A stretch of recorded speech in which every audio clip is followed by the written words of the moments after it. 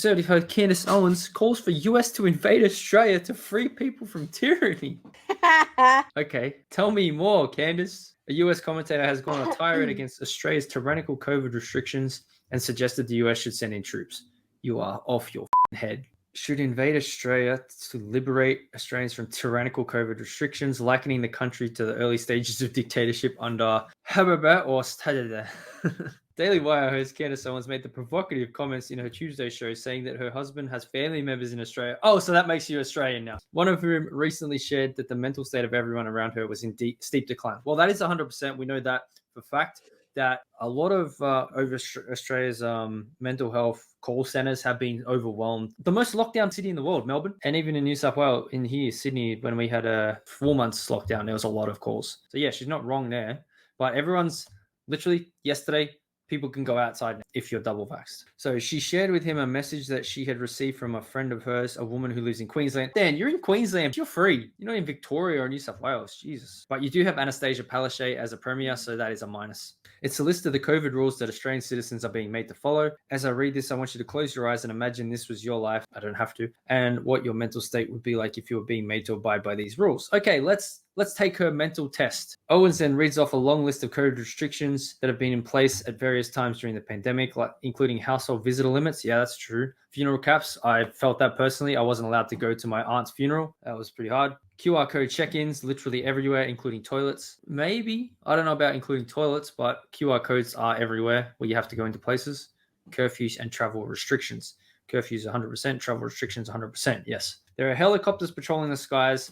That was my tweet that popped off. Rita Panahi took that tweet that I from Sky News. That was my tweet. There are helicopters patrolling the skies to ensure that everybody is abiding by the curfews. You're not allowed to sit down at parks, beaches, and public spaces. Yeah, it depends where you are. You're not allowed to drink or eat while standing up anywhere. That's not true anymore. That's scrapped now because we're 80% and you're allowed to stand up while you're out drinking at the pub. No dancing anywhere. That's not true anymore. Only one person per household is allowed to go to shopping for essentials. That was true for a period of time. Defense Force and police have checked what people are shopping for. I need to see a reference on that because I've never seen that. Dog parks, playgrounds, bike parks, beaches are closed and barricaded. Kids were playing at a skate park.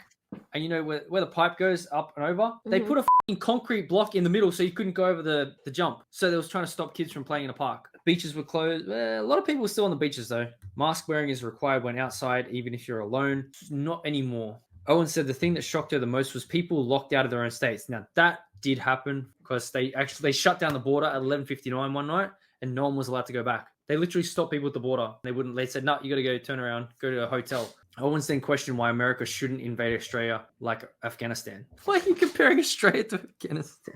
So I'm going to ask those same lecturing politicians and media members a question. When do we deploy troops to Australia? When do we invade Australia and free and oppress people who are suffering under a totalitarian regime? When do we spend trillions of dollars to spread democracy in Australia? We don't want your democracy bomb, Biden. Let's spread freedom by invading. Do you see what she's saying? What is happening in Australia under the guise of this virus is federal overreach. That is true. Can anybody explain to me why the Australian government is any better or nobler than the Taliban? Can anyone explain why Australian government is any better or nobler than the Taliban? Huh?